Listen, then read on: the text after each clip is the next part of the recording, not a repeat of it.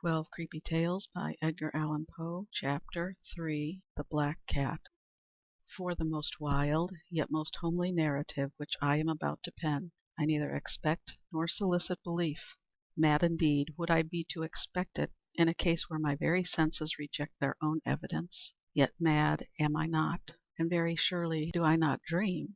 But tomorrow I die, and today I would unburthen my soul. My immediate purpose is to place before the world plainly, succinctly, and without comment, a series of mere household events. And their consequences these events have terrified, have tortured, have destroyed me. Yet I will not attempt to expound them. To me they have presented little but horror. To many they will seem less terrible than barroques. Hereafter, perhaps, some intellect may be found which will reduce my phantasm to the commonplace. Some intellect more calm, more logical, and far less excitable than my own, which will perceive in the circumstances I detail with awe nothing more than an ordinary succession of very natural causes and effects. From my infancy I was noted for the docility and humanity of my disposition. My tenderness of heart was even so conspicuous as to make me the jest of my companions. I was especially fond of animals, and was indulged by my parents with a great variety of pets.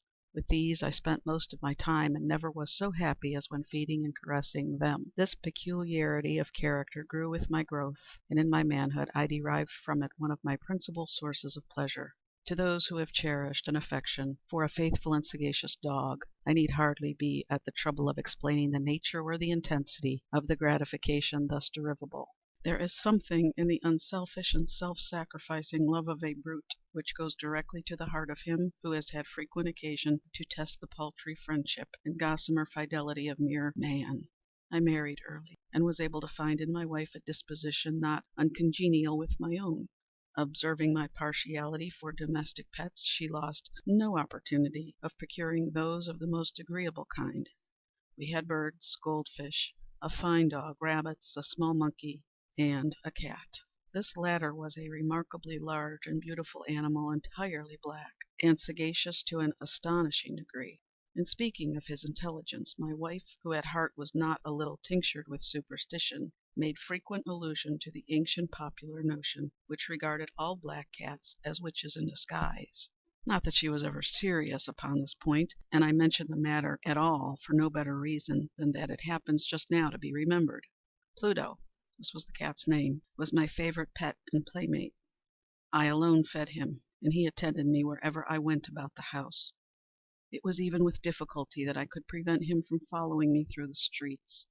Our friendship lasted in this manner for several years, during which my general temperament and character, through the instrumentality of the fiend intemperance, had, I blush to confess it, experienced a radical alteration for the worse.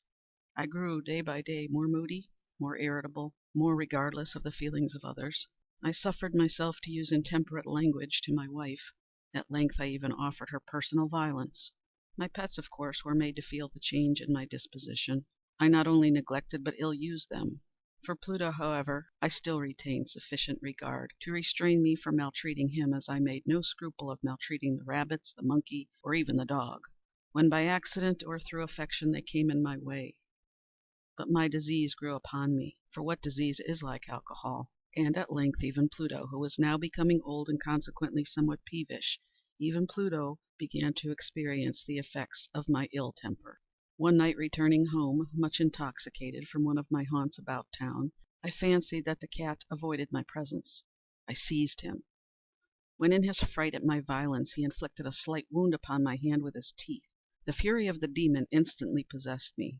I knew myself no longer. My original soul seemed at once to take its flight from my body, and a more fiendish malevolence, gin-nurtured, thrilled every fibre of my frame. I took from my waistcoat pocket a penknife, opened it, grasped the poor beast by the throat, and deliberately cut one of the eyes from the socket. I blush, I burn, I shudder, while I pen the damnable atrocity. When reason returned with the morning, when I had slept off the fumes of the night's debauch, I experienced a sentiment half of horror, half of remorse for the crime of which I had been guilty, but it was at best a feeble and equivocal feeling, and the soul remained untouched. I again plunged into excess, and soon drowned in wine all memory of the deed. In the meantime the cat slowly recovered. The socket of the lost eye presented, it is true, a frightful appearance, but he no longer appeared to suffer any pain. He went about the house as usual, but, as might be expected, fled in extreme terror at my approach. I had so much of my old heart left as to be first grieved by this evident dislike on the part of the creature which had once so loved me. But this feeling soon gave place to irritation, and then came, as if to my final and irrevocable overthrow, the spirit of perverseness. Of this spirit philosophy takes no account. Yet I am not more sure that my soul lives than I am that perverseness is one of the primitive impulses of the human heart, one of the indivisible primary faculties or sentiments which give direction to the character of man. Who has not 100 times found himself committing a vile or a silly action for no other reason than because he knows he should not? Have we not a perpetual inclination, in the teeth of our best judgment, to violate that which is law merely because we understand it to be such? This spirit of perverseness, I say, came to my final overthrow. It was this unfathomable longing of the soul to vex itself, to offer violence to its own nature, to do wrong for the wrong's sake only, that urged me to continue and finally to consummate the injury I had inflicted upon the unoffending brute. One morning, in cool blood, I slipped a noose about its neck and hung it to the limb of a tree. Hung it with the tears streaming from my eyes and with the bitterest remorse at my heart. Hung it because I knew that it had loved me, and because I felt it had given me no reason of offense. Hung it because I knew that in so doing I was committing a sin, a deadly sin that would so jeopardize my immortal soul as to place it, if such a thing were possible, even beyond the reach of the infinite mercy of the most merciful and most terrible God. On the night of the day on which this cruel deed was done, I was aroused from sleep by the cry of fire. The curtains of my bed were in flames. The whole house was blazing. It was with great difficulty that my wife, a servant, and myself made our escape from the conflagration. The destruction was complete. My entire worldly wealth was swallowed up, and I resigned myself thenceforward to despair. I am above the weakness of seeking to establish a sequence of cause and effect between the disaster and the atrocity, but I am detailing a chain of facts, and wish not to leave even a possible link imperfect. On the day succeeding the fire I visited the ruins. The walls, with one exception, had fallen in. This exception was found in a compartment wall not very thick, which stood about the middle of the house, and against which had rested the head of my bed. The plastering had here in great measure resisted the action of the fire, a fact which I attributed to its having been recently spread. About this wall a dense crowd were collected, and many persons seemed to be examining a particular portion of it with very minute and eager attention. The words "strange," "singular," and other similar expressions excited my curiosity. I approached and saw, as if graven in bas relief upon the white surface, the figure of a gigantic cat. The impression was given with an accuracy truly marvelous. There was a rope about the animal's neck. When I first beheld this apparition, for I could scarcely regard it as less, my wonder and my terror were extreme. But at length reflection came to my aid. The cat, I remembered, had been hung in a garden adjacent to the house. Upon the alarm of fire, this garden had been immediately filled by the crowd, by some one of whom the animal must have been cut from the tree and thrown through an open window into my chamber. This had probably been done with the view of arousing me from sleep. The falling of other walls had compressed the victim of my cruelty into the substance of the freshly spread plaster, the lime of which, with the flames and the ammonia from the carcass, had then accomplished the portraiture as I saw it. Although I thus readily accounted to my reason, if not altogether to my conscience, for the startling fact just detailed, it did not the less fail to make a deep impression upon my fancy. For months I could not rid myself of the phantasm of the cat, and during this period there came back into my spirit a half sentiment that seemed, but was not, remorse. I went so far as to regret the loss of the animal, and to look about me among the vile haunts which I now habitually frequented, for another pet of the same species, and of somewhat similar appearance, with which to supply its place. One night, as I sat, half stupefied, in a den of more than infamy, my attention was suddenly drawn to some black object reposing upon the head of one of the immense hogsheads of gin or of rum, which constituted the chief furniture of the apartment. I had been looking steadily at the top of this hogshead for some minutes, And what now caused me surprise was the fact that I had not sooner perceived the object thereupon. I approached it and touched it with my hand. It was a black cat, a very large one, fully as large as Pluto, and closely resembling him in every respect but one. Pluto had not a white hair upon any portion of his body, but this cat had a large, although indefinite, splotch of white, covering nearly the whole region of the breast. Upon my touching him he immediately arose, purred loudly, rubbed against my hand, and appeared delighted with my notice. This, then, was the very creature of which I was in search. I at once offered to purchase it from the landlord, but this person made no claim to it, knew nothing of it, had never seen it before. I continued my caresses, and when I prepared to go home, the animal evinced a disposition to accompany me. I permitted it to do so, occasionally stooping and patting it as I proceeded. When it reached the house, it domesticated itself at once, and became immediately a great favorite with my wife. For my own part, I soon found a dislike to it arising within me. This was just the reverse of what I had anticipated, but I know not how or why it was. Its evident fondness for myself rather disgusted and annoyed. By slow degrees these feelings of disgust and annoyance rose into the bitterness of hatred. I avoided the creature, a certain sense of shame and the remembrance of my former deed of cruelty preventing me from physically abusing it. I did not for some weeks strike or otherwise violently ill use it, but gradually, very gradually, I came to look upon it with unutterable loathing, and to flee silently from its odious presence, as from the breath of a pestilence. What added, no doubt, to my hatred of the beast was the discovery, on the morning after I brought it home, that, like Pluto, it also had been deprived of one of its eyes. This circumstance, however, only endeared it to my wife, who, as I have already said, possessed in a high degree the humanity of feeling which had once been my distinguishing trait, and the source of many of my simplest and purest pleasures. With my aversion to this cat, however, its partiality for myself seemed to increase. It followed my footsteps with a pertinacity which it would be difficult to make the reader comprehend. Whenever I sat, it would crouch beneath my chair, or spring upon my knees, covering me with its loathsome caresses. If I arose to walk, it would get between my feet and thus nearly throw me down, or fastening its long and sharp claws in my dress, clamber in this manner to my breast. At such times, although I longed to destroy it with a blow, I was yet withheld from doing so, partly by a memory of my former crime, but chiefly, let me confess it at once, by absolute dread of the beast. This dread was not exactly a dread of physical evil, and yet I should be at a loss how otherwise to define it. I am almost ashamed to own, yes, even in this felon's cell, I am almost ashamed to own, that the terror and horror with which the animal inspired me had been heightened by one of the merest chimeras it would be possible to conceive.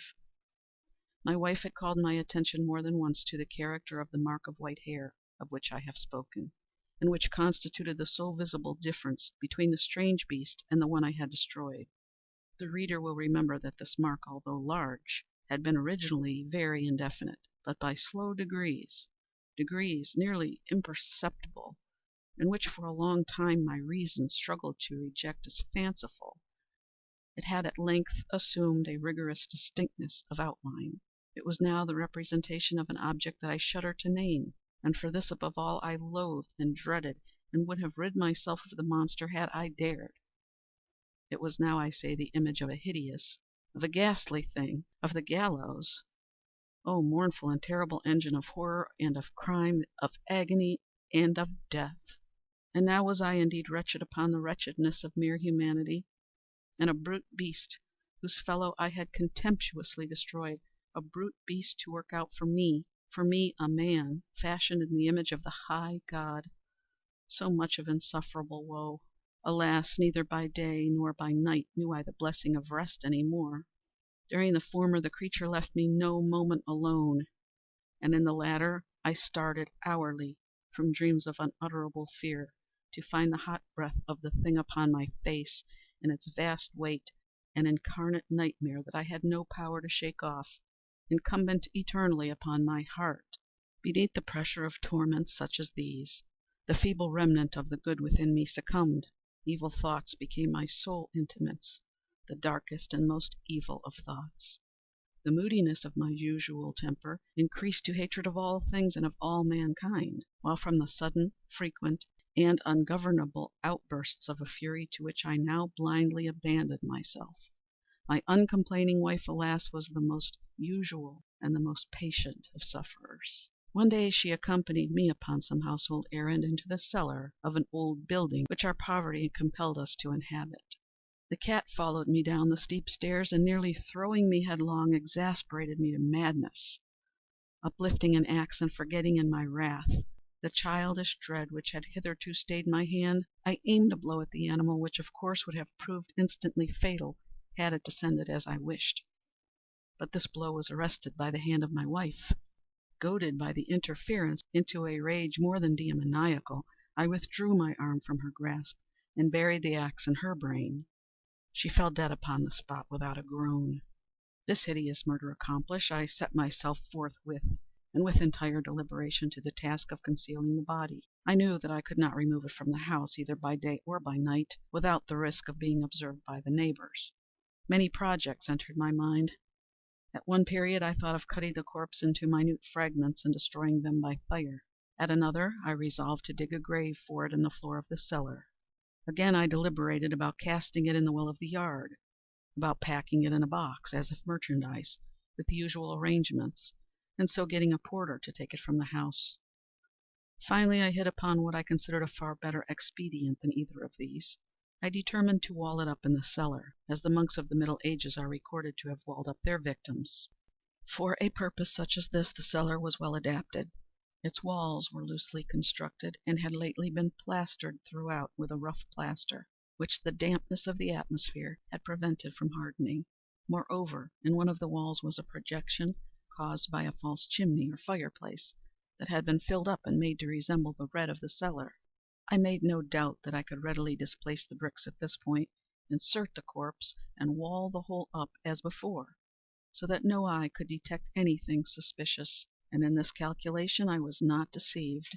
By means of a crowbar I easily dislodged the bricks, and having carefully deposited the body against the inner wall, I propped it in that position, while with little trouble I relaid the whole structure as it originally stood. Having procured mortar, sand, and hair, with every possible precaution, I prepared a plaster which could not be distinguished from the old, and with this I very carefully went over the new brickwork. When I had finished, I felt satisfied that all was right. The wall did not present the slightest appearance of having been disturbed. My rubbish on the floor was picked up with the minutest care. I looked around triumphantly, and said to myself, "Here at least, then, my labor has not been in vain."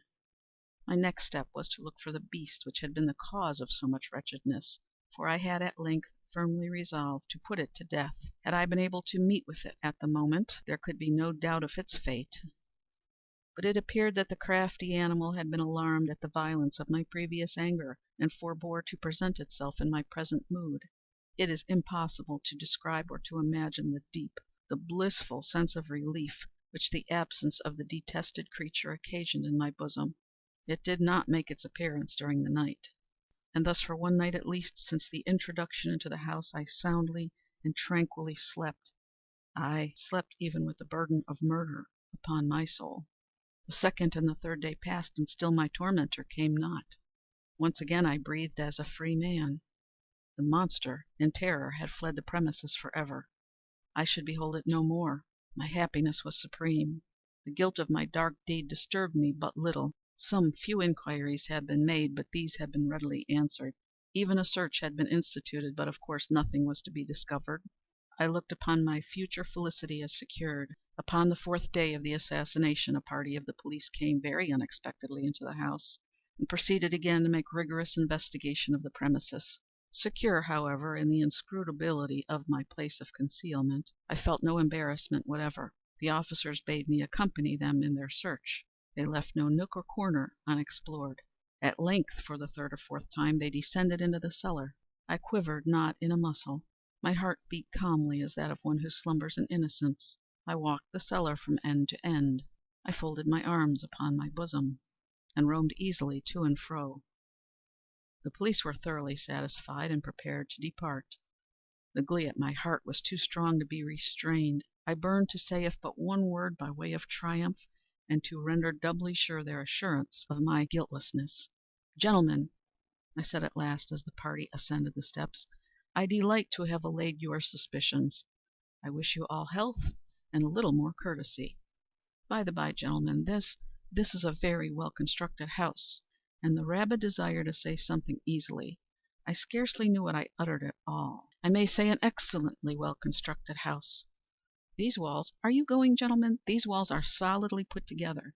And here, through the mere frenzy of bravado, I rapped heavily with a cane which I held in my hand upon that very portion of the brickwork behind which stood the corpse of the wife of my bosom.